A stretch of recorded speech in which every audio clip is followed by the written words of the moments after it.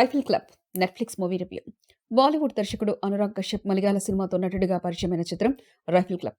December 19న విడుదలైన ఈ black comedy మలయాళంతో పాటు తెలుగు, తమిళ, కన్నడ, హిందీ భాషల్లో నెట్‌ఫ్లిక్స్‌లో స్ట్రీమింగ్ అవుతుంది. 1990 నేపథ్యంలో మంగళూరులో అక్రమ కార్యకలాపాలు నిర్వహించే దయానంద్ తన కొడుకు మరణానికి కారణమైన ప్రేమ జంటను వెతుకుతాడు. ఆ జంట వాయనాడ్ అడవిలో రైఫిల్ క్లబ్‌కు చేరుకుంటుంది.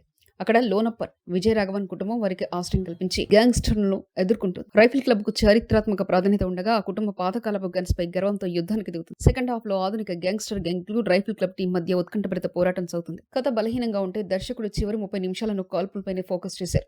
కీలక పాత్రలు మిన్నగా నిలిచిన సహాయ పాత్రల ప్రభావం తక్కువగా కనిపిస్తుంది. అటవీ దృశ్యాలు, నేపథ్య సంగీతం ప్రత్యేక ఆకర్షణలు. రైఫిల్ క్లబ్ కామెడీకి తక్కువ, కాల్పులకి ఎక్కువ ప్రాధాన్యత ఇచ్చిన సినిమా.